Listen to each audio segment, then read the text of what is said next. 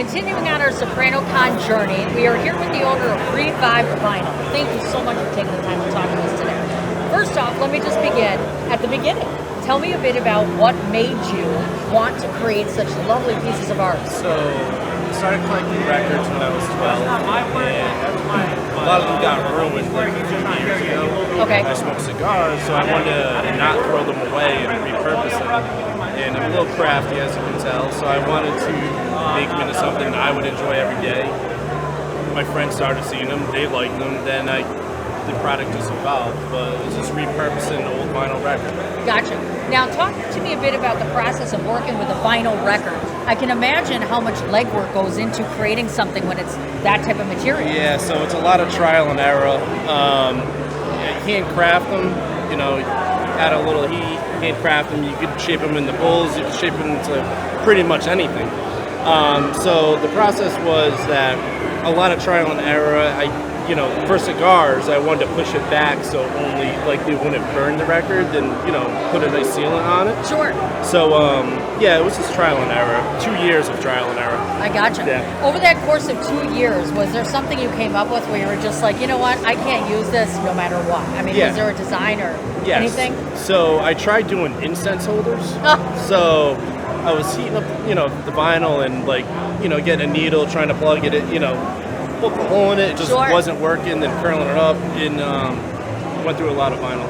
I imagine. Trial and error on that, but it almost sounds dangerous to a degree. You don't get hurt doing this, do you? I mean, no, I don't think so. Maybe a burn here and there, but nothing serious, Gotcha. Yeah. Now, looking by all the products here, am I to assume that you do more mob relative type, or do you do other things as well? No, so I'm all over the place. Actually, what I do most often is people send me their logos, whether it's a cigar lounge, an artist, like barbershop sent me their logo and just designed walls with it. So these could be more than ashtrays. People put them on their walls. They could be art, dishes for like cookies or whatever, but a lot of people send me their logos. So it's more than more mob stuff. It's music, it's movie related, it's horror stuff, it's all over the place. Gotcha. Yeah. Just out of curiosity, like for instance, you've got Scarface or James Gandolfini.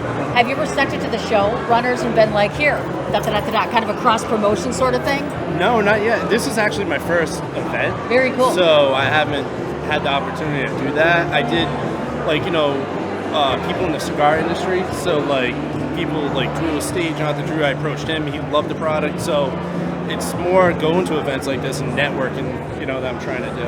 Absolutely. Yeah. You betcha.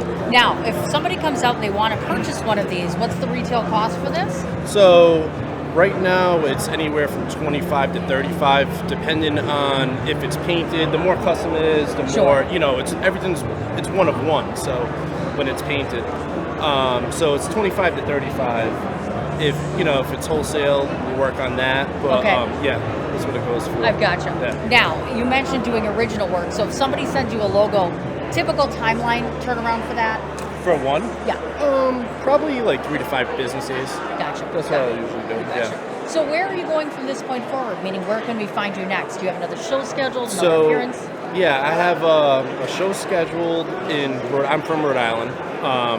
I work out of Vegas too, but I'm like a snowbird. Sure. So there's a couple events in Rhode Island I'm doing. It's a music festival I've done before, which went great. Then there's another festival at a brewery in Rhode Island I'm doing coming up. Lovely. Absolutely lovely. Just out of curiosity, final question. Tell me what you love most about The Sopranos. One thing that you can think of, whether it's a character, a scene, something. I don't know why I love the scene, but it's the intervention with Christopher. And it's when I don't know, there's a lot going on in that. A lot of pointed fingers at Tony. Christopher is telling Tony he's going to die from a heart attack from eating. Sure. It's a lot of going back and forth. Even there's a lot of emotion in that scene from that you don't really see. Absolutely. There's something about that intervention with Christopher. You betcha. And if folks want to find you on social media, what do they need to do? At RevibedVinyl. Okay. It's at RevibedVinyl. There's Instagram, there's Twitter, there's Facebook, and I have an Etsy shop which gets a lot of action, and a website, RevibedVinyl.com. Awesome. Yeah. Thank you so much. Thank you. And that's a wrap.